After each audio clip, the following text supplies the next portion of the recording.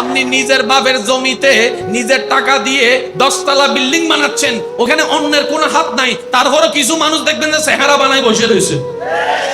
এটা ওর সহ্য হচ্ছে না যে, অথচ আপনি তার থেকে 10টা টাকাও নেন নাই। ভাই কথা বলেন না রে ভাই। তারপরে দেখবেন কিছু মানুষ এখানে এসে বদনাম করবে, ও 2 নাম্বারই করে টাকা কামাইতেছে, তো সেজন্য আর কি বাঙ্গা করকে 4 তলা বানাইতেছে। আজাইরা হইলো কথা বলবে, অথচ এই ঘরের সাথে তার কোনো লেনদেন।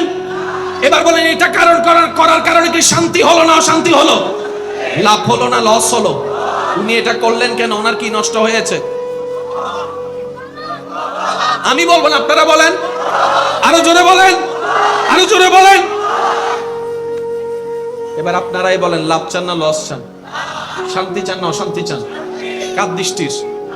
কার দৃষ্টির? কার দৃষ্টির? আল্লাহ তাআলা বলে, আমি যাকে যেটা দিই সেটার মধ্যে তারও কল্যাণ, যে খুশি হবে তারও কল্যাণ। সুবহানাল্লাহ বলেন না?